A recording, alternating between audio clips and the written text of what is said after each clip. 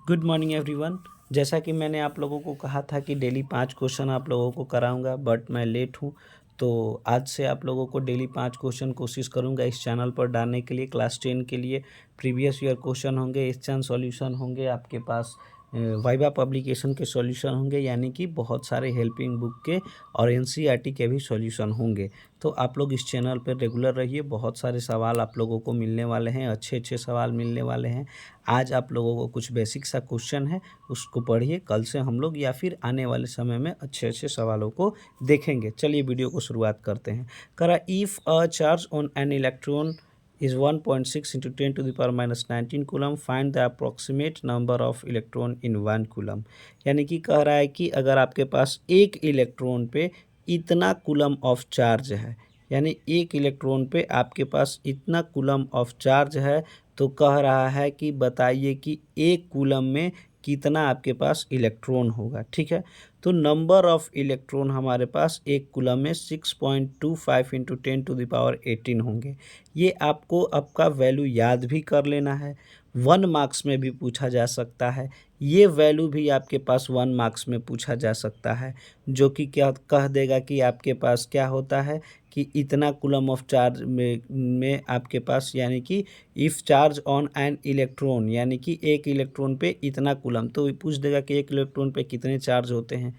तो ये भी वैल्यू याद रखना है और ये भी वैल्यू याद रखना है। इस तरीके से हम लोग सॉल्यूशन कर सकते हैं। यहाँ पे जो है इसको ऊपर भेजिएगा तो ये क्या हो जाएगा, 10 टू द पावर 19 माइनस 19 का प्लस हो जाएगा। उसके बाद 1.6 से 1 को डिवाइड कीजिएगा तो ये वैल्यू आपके लिए आएगा। चलिए अगला क्वेश्चन देखने की कोशिश करते हैं हम लोग।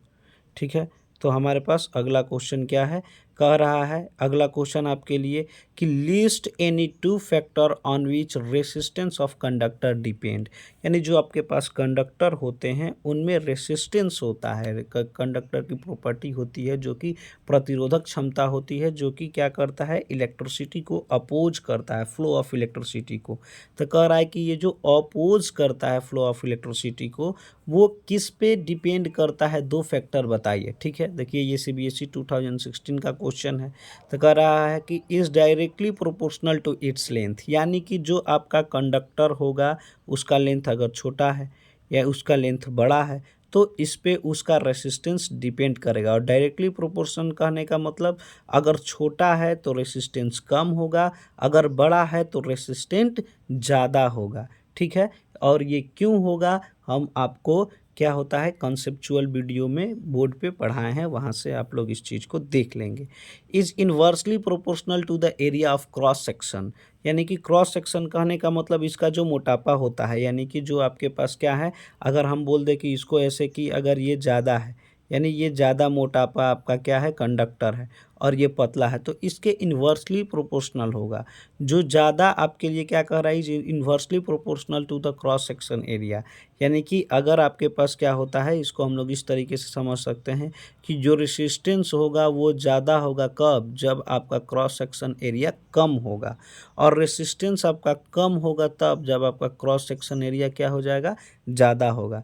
तो यहाँ पे जो आप देख सकते हैं कि ये जो अगर हम कह रहे हैं कि ये जो कंडक्टर है इसका क्रॉस सेक्शन एरिया आपके लिए ज़्यादा हो गया, तो इसमें रेसिस्टेंस कम होगा, लेकिन जो पतला होगा उसमें रेसिस्टेंस ज़्यादा होगा। आप ऐसे ही समझ लीजिए कि अगर हमारे पास क्या होता है कि अगर 50 आदमी जा रहे हैं और यो इलेक्ट्रॉन आपके लिए फ्लो ऑफ इलेक्ट्रॉन सेम है, ठीक है, लेकिन यहाँ पर अगर ये क्या हो जाएगा, इसको दोनों को गली समझ लीजिए, तो ये पतली गली है, ये क्या है थोड़ा सा मोटा गली है, तो इसमें आसानी से इलेक्ट्रॉन नहीं जाएगा, इसमें आसानी से इलेक्ट्रॉन चला जाएगा।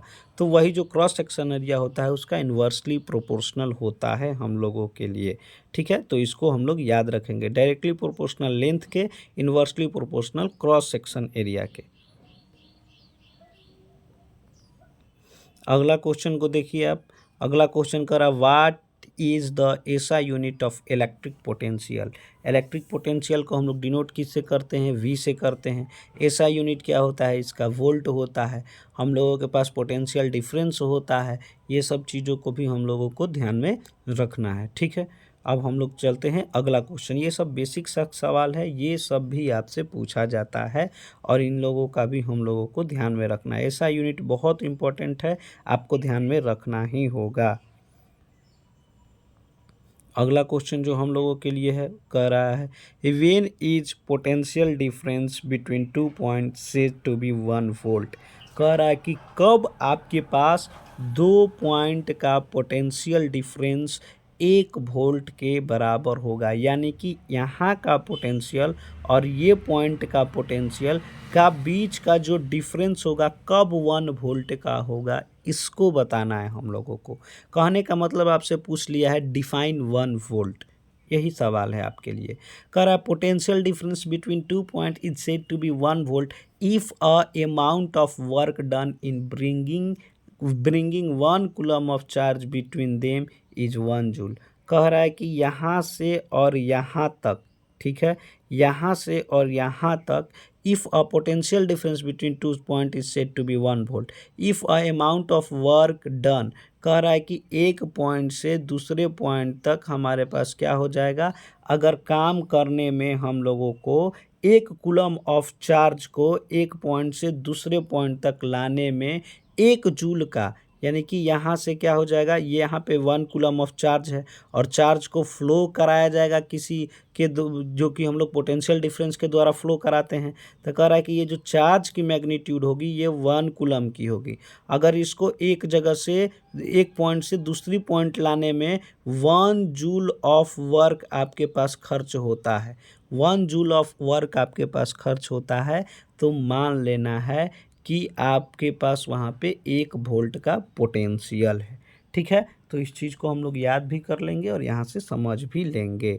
चलिए अगला क्वेश्चन देखते हैं, अगला और लास्ट क्वेश्चन देखते हैं हम लोग।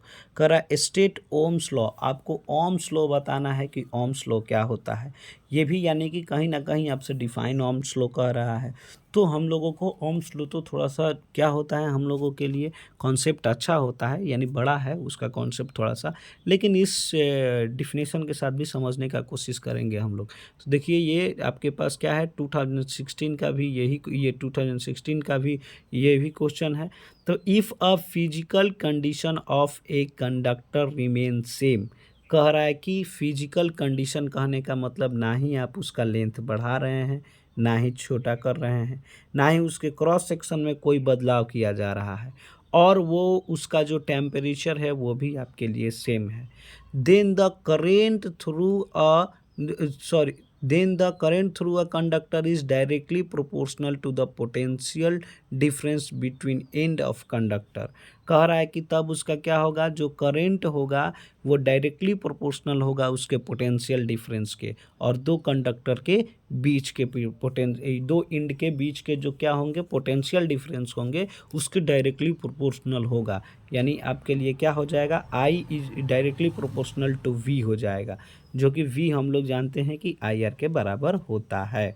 तो यही हम लोगों का ओम्स लॉ कहता है कि अगर कोई आपके पास कंडक्टर है, आप इसको सेम रखिए, ना लेंथ बढ़ाइए ना घटाइए, ना इसका क्रॉस सेक्शन बढ़ाइए घटाइए, ना ही इसके टेम्परेचर में कोई बदलाव होना चाहिए। अगर ऐसा हो रहा है तो दो इंड के बीच का जो हमारे पास क्या होता है पोटेंशियल डिफरेंस होता है वो आपके पास करेंट पर डिपेंड करेगा, यानी करेंट पर डायरेक्टली प्रोपोर्शनल होगा।